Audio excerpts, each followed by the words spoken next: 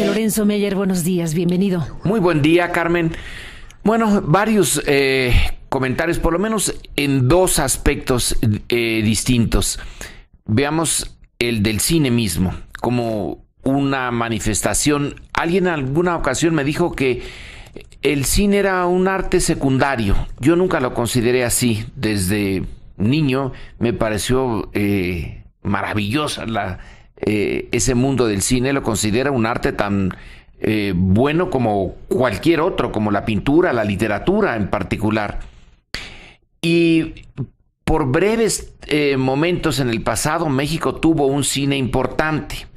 A veces se explica por la Segunda Guerra Mundial, que se cortaron ciertas cadenas o formas de poner cine y que México aprovechó ese espacio. Pero también creo yo que sería interesante algunas de esas películas verlas como manifestaciones de ese México que todavía tenía una enorme energía política, y la Revolución Mexicana significaba algo. Y los films, la fotografía, los temas mexicanos luego fueron cayendo, y llegó el cine de segunda, de plano, en donde se hacían películas en 2-3 semanas con un presupuesto bajísimo, y que nos dio una nueva visión, esta vez muy negativa, de México y del cine mexicano. Se hacía referencia a un cine de segunda. Bueno, en estos últimos tiempos estamos teniendo un cine que, como en este caso de Birdman, nos lleva otra vez a ver una gran calidad, pero el cine mexicano, hay una parte de él que se está haciendo ya fuera. Que ese es un tema, ¿eh? Algunos dicen cine mexicano o cine dirigido por mexicanos, sí, porque cine mexicano, estrictamente hablando, no es con recursos de acá. Ni temas de acá. Son temas o universales. Universales, sí. Pero lo que queda de mexicanos son los directores. Pero ¿por qué no se aprovechan aquí? Bueno, pues porque no hay el espacio, no hay los recursos. Entonces para mí, no sé, para ti o para el público, es algo agridulce. Qué bueno que tenemos. No es el primero, y espero que no sea el último, de esos momentos en que brilla algo mexicano en el cine. El año pasado con Cuarón y Gravity. En el cine mundial. Pero qué lástima que no sea dentro de México como en alguna vez lo fue. Y el segundo comentario es inevitable, sobre todo para este programa, es la actitud no nada más de Iñárritu, sino de varios artistas mexicanos que tienen relevancia ya internacional y que han usado los foros internacionales, han usado el inglés para hacer unas críticas más o menos abiertas o veladas sobre el sistema político mexicano. Los actores, en algunos casos, directores en otros casos, se politizan, y casi diría yo es inevitable. Artistas que tienen un espacio, por un momento un espacio mundial, y deciden en qué aprovechar esos minutos. Segundos casi, ¿no? Y segundos. Y va el mensaje político en primer lugar. Lo de Iguala y Ayotzinapa ya ha sido reflejado en otros mensajes también de este mundo artístico. Hay casi la seguridad de que cuando personas que tienen talento, que se destacan en el exterior y que tienen estos momentos, casi la seguridad que lo van a usar políticamente.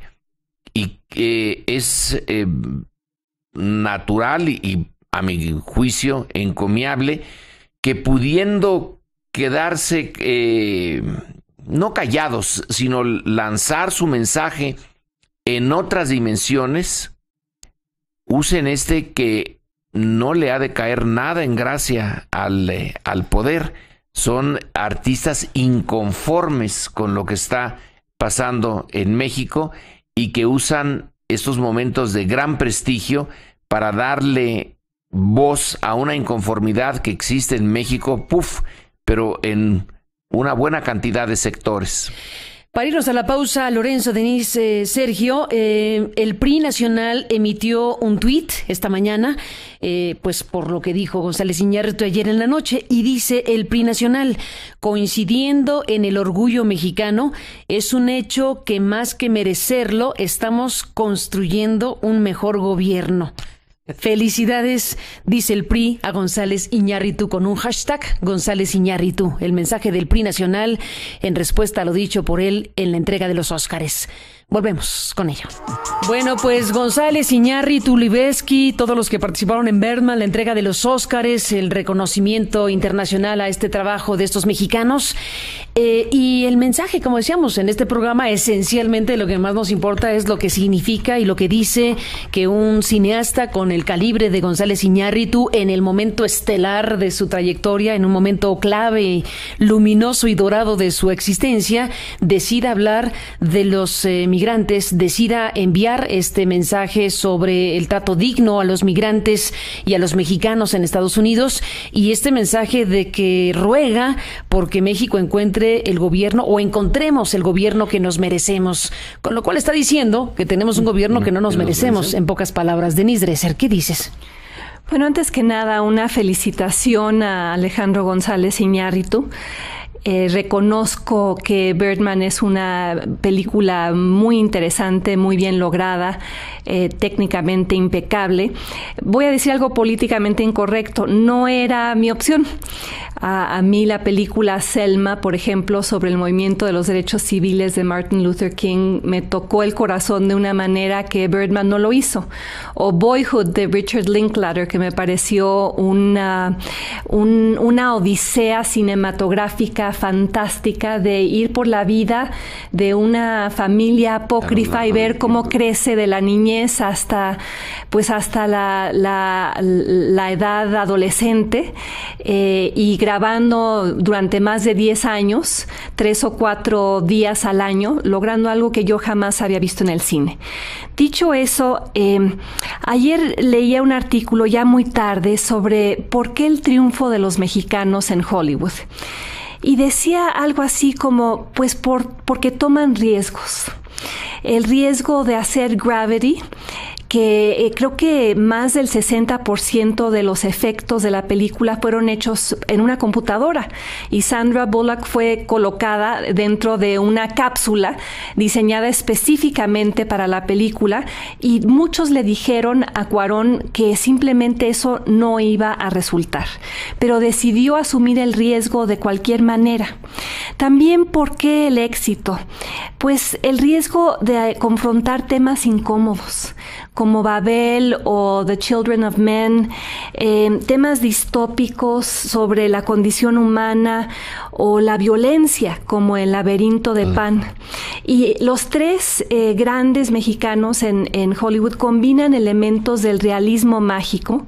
Recordemos las primeras escenas de la película de Cuarón en la serie de Harry Potter.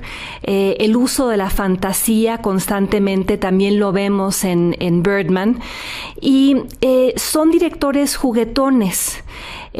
Su cine se caracteriza por ser una mezcla de sentido del humor acompañado de instrumentos punzantes, y creo que han cargado consigo a lo largo de su migración a Hollywood una enorme humanidad y también un gran compromiso.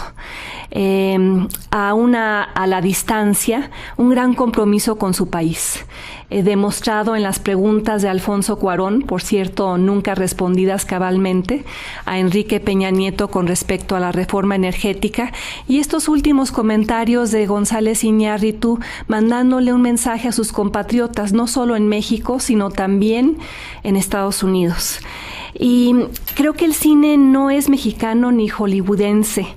Decía Pauline Kael, la famosa crítica de cine del New Yorker, el buen cine hace que las cosas te importen. Cuarón, González Iñárritu, Lubezki, del Toro han hecho que las cosas nos importen. Nos han sacudido, nos han hecho reír, nos han conmovido, nos han sorprendido, y yo agradezco a ellos por haberlo logrado. Con respecto al mensaje ya más político de González Iñárritu, coincido con él. No tenemos el gobierno que nos merecemos. O bueno, si alguien en México piensa que se merece este gobierno, pues es, como decía Vargas Llosa, un masoquista. Y creo que lo que está haciendo González Iñárritu con ese mensaje es obligarnos a alzar la vara de medición, obligarnos a mirar a México con la honestidad que se merece y reconocer que somos mejores que nuestra clase política y no tenemos el gobierno que nos merecemos. Y de ahí la importancia de seguir haciendo lo que ya muchos hacen, lo que tú haces, Carmen, todos los días, y te felicito a ti y al equipo por el premio PEN que recibieron este fin de semana. De ahí la importancia de personas como tú y tantos mexicanos que todos los días intentan desde distintos sitios decirle la verdad al poder, rendirle tributo a México a través de la crítica, criticar la corrupción, defender a los débiles, retar a la autoridad opresiva, indiferente, corrupta, y saber, y creo que ese es el mensaje de Alejandro, que todos los seres humanos tenemos derecho a aspirar a ciertos estándares de comportamiento decente de parte del gobierno, y que la violación diaria de esos estándares en México debe ser detectada, denunciada, hablando, escribiendo, participando, haciendo cine y siendo mexicanos y ciudadanos de cuerpo entero, que es una labor de todos los días. Gracias, Denise Dresser, por tu comentario, tu presencia, como siempre, esta mañana.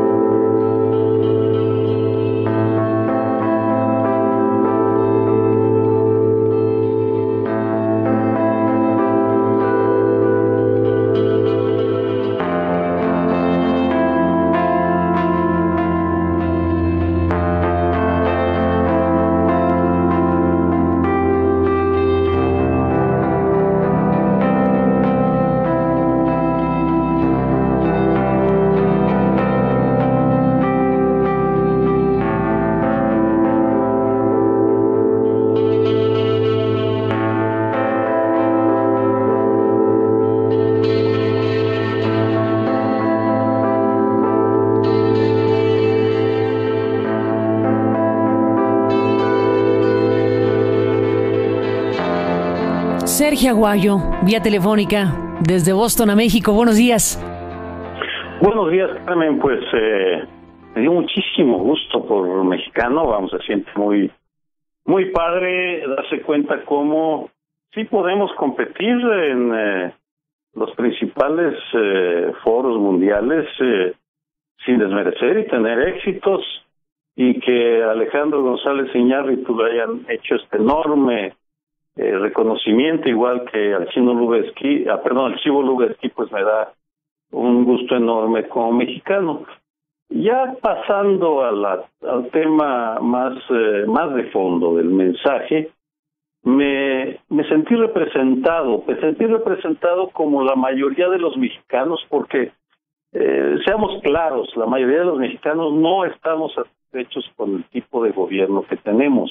Por tanto, Alejandro lo que hizo fue darnos la voz en un foro mundial, y ¿saben qué, Carmen, Lorenzo, Denise? Me entusiasmó la ovación con la cual fueron recibidas sus palabras, lo cual significa que un espacio de pensamiento tan crítico, a veces tan frívolo, pero también hay mucho de crítico en la comunidad de las ciencias y las artes de Estados Unidos, haya dado esta ovación, significa que comparten el doble mensaje: México está mal gobernado, y los migrantes mexicanos e hispanos en general en Estados Unidos están pasándola mal por muchas razones que no vienen al caso mencionar.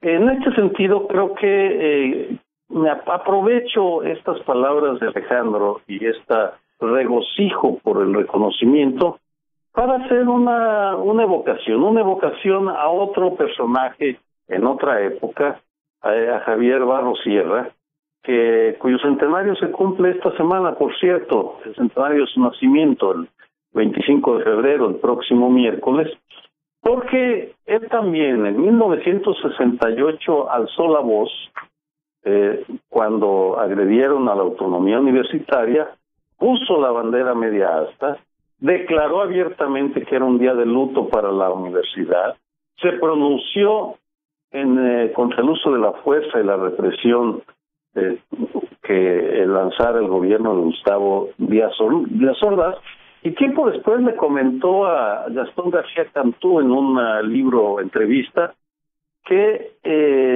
lo dijo con orgullo, dice, sin falsas modestias, di un ejemplo al respecto porque me manifesté públicamente que alguien que disentía de los actos y del estilo mismo del gobierno.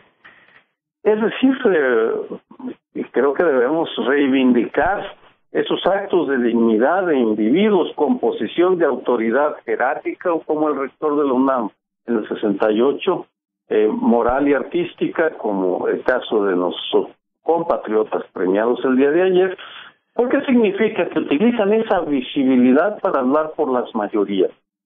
Y pues,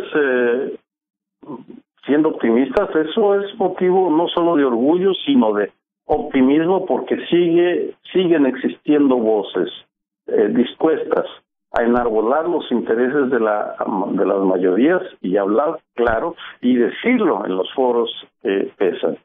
Una última anécdota que se me hizo simpático, por decirlo menos, poco cínico y oportunista, que el PRI se apropiara del mensaje de González Iñárritu, se regocijara y dijera pues que están construyendo un mejor gobierno. Quisiera verlo, quisiera que lo demostraran con hechos, pero haciendo una comparación entre el 68 y esta mañana del 2015, en el 68 a Javier Barros Sierra lo desollaron los priistas, lo hicieron picadillo en más de un sentido, lo obligaron a renunciar, en fin. En el 2015 se lo apropiaron, es decir, algo o mucho ha cambiado en este país, en el cual afortunadamente podemos el día de hoy celebrar y sumarnos al regocijo que causa este premio, esos premios, y al mismo tiempo regocijarnos por la claridad, la contundencia del mensaje lanzado por un cineasta del cual podemos sentirnos muy, muy orgullosos.